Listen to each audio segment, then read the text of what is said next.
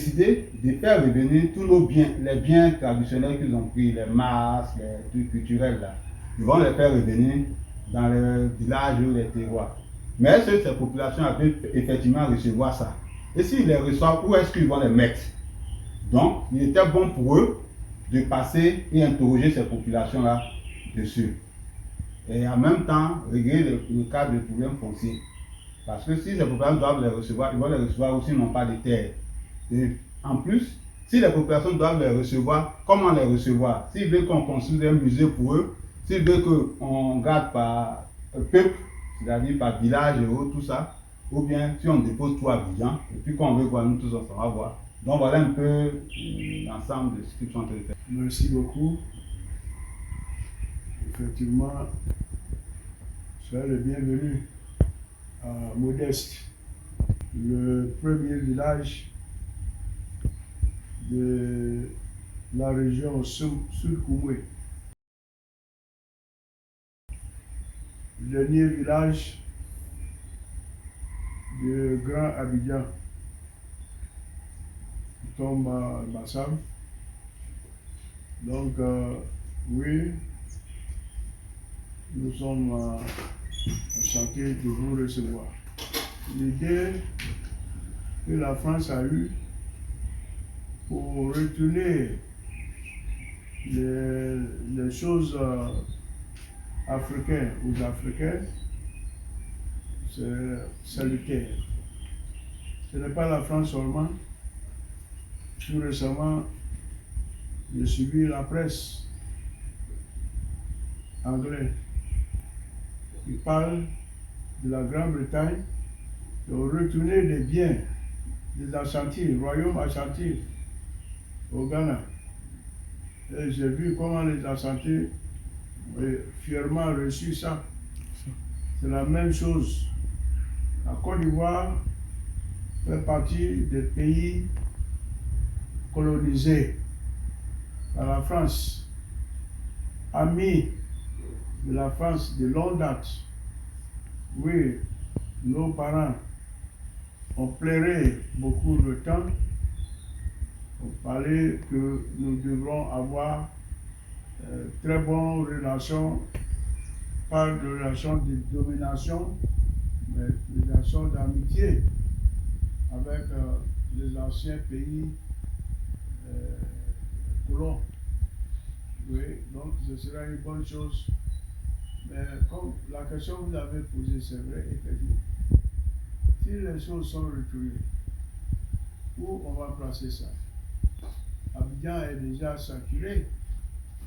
Effectivement, nous voyons, le président Oufoué n'a pas eu tort de créer Yamoussoukro comme la ville politique.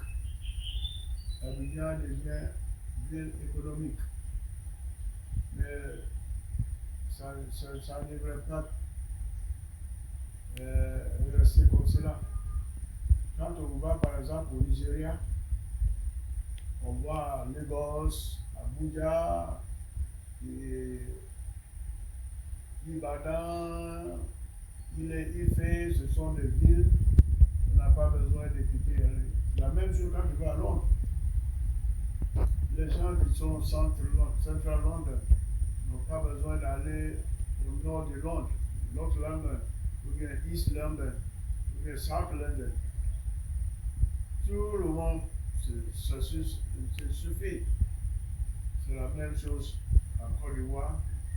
Nous voulons, en plus de Abidjan, Yamoussoukro, Bouaké, nous sommes aussi appelés de rencontrer les défis que nous ont laissés. Et Modeste n'est pas en marche.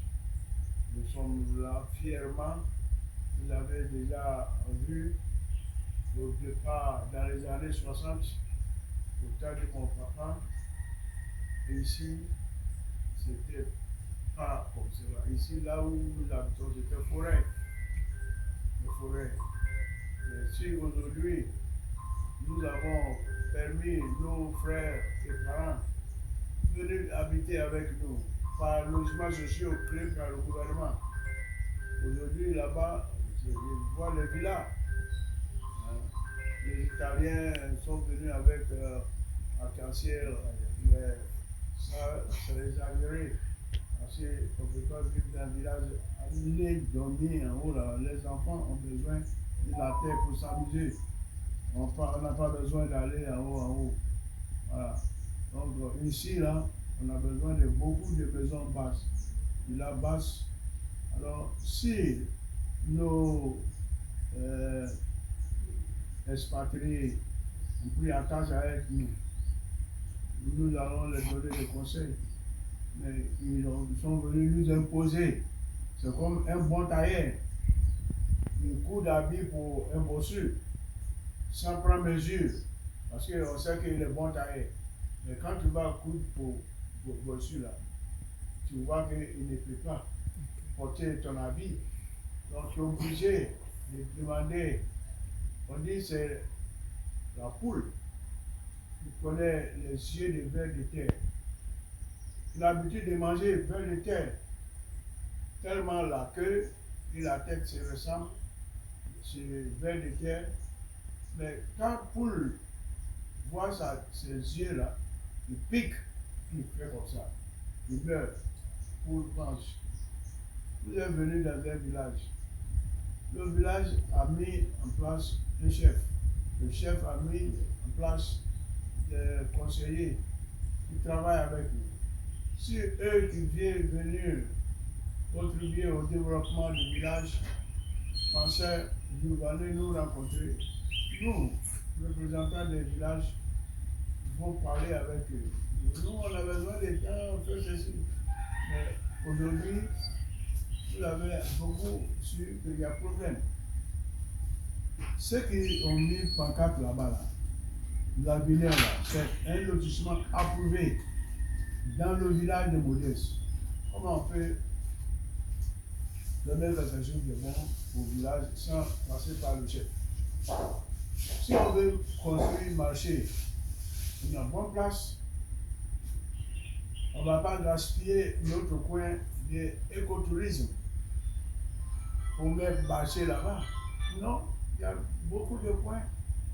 Donc, on a écrit au préfet, veille à ce que l'autorité des chefs soit bien respectée dans le village. Parce que la loi demande ça. Le secrétaire des ministres d'Intérieur demande ça. Faites tout possible d'asseoir l'autorité des chefs dans un village. Un préfet ne peut pas venir diriger le village. Un sous-préfet ne peut pas venir diriger le village. Sinon, on n'a pas besoin des chefs. On nomme beaucoup de sous-préfets. Maître, il n'y a pas de chef. Et le sous-préfet est payé. Mais le chef n'est pas payé. Pour le chef, c'est un truc volontaire que nous faisons.